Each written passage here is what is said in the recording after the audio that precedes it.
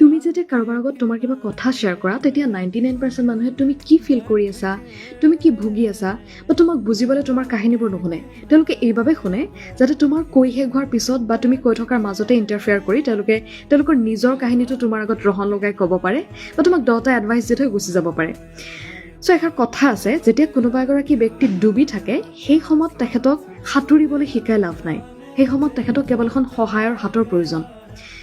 চ' এই 99% মানুহক বাদ দি 1% মানুহ এনেকুৱা আছে যিয়ে নিজৰ কাহিনী শুনাবলৈ বা তোমাক 10টা এডভাইচ দিবলৈ বা তুমি যেতিয়া ডুবি আছা, তুমি কিয় পানীলৈ নামিছিলা, তুমি কেনেকৈ ডুবিলা ইত্যাদি ইত্যাদি কথা সুধি তোমাক আমনি কৰি নাথাকে। তেওঁলোকে কেৱল এগৰাকী ভাল শ্ৰোতা হৈ তোমাৰ কথাবোৰ শুনে আৰু এনে ব্যক্তিৰ আগত তুমি নিসংকোচে তোমাৰ মনৰ কথাবোৰ খুলি ক'ব পাৰা।